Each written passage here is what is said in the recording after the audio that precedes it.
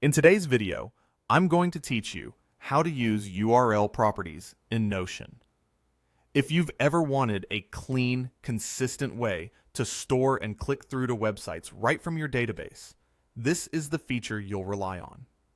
We'll keep it simple and practical so you can follow along in any database view, whether that's a table, a board, or more. First, open the database where you want to keep your links. At the far right of your existing columns, click the plus button to add a new column. This creates a new property, which you can immediately name something clear, like source, link, or website. A descriptive name will make your database easier to scan as it grows. Next, set the property type. Click into the Properties Type menu and choose URL from the list.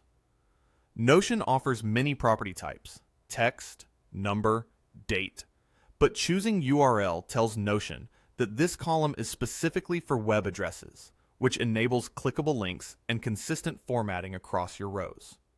Now you're ready to add your links. Click into any cell in your new column and type or paste a full web address, such as http://google.com.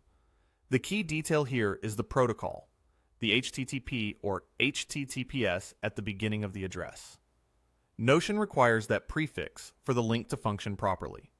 If you leave it off and just type something like google.com, it won't be a live link.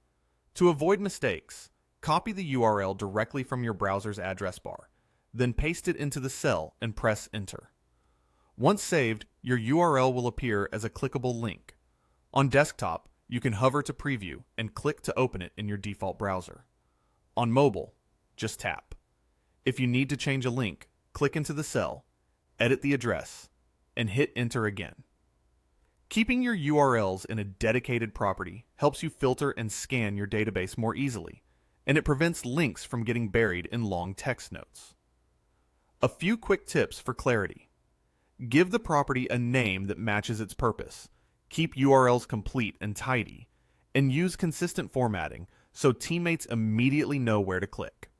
If you have multiple types of links, for example, a documentation link and a live site link, consider separate URL properties with clear names so nothing gets mixed up. That's all you need to reliably add and use URL properties in Notion. If you found any value in today's video, hitting that like button is a small gesture that makes a huge difference in helping others find our content. We're always looking to grow, so please drop a note in the comments, whether it's a specific part you enjoyed or a suggestion on how we can level up our production. We read every single one, and your feedback directly shapes what we build next.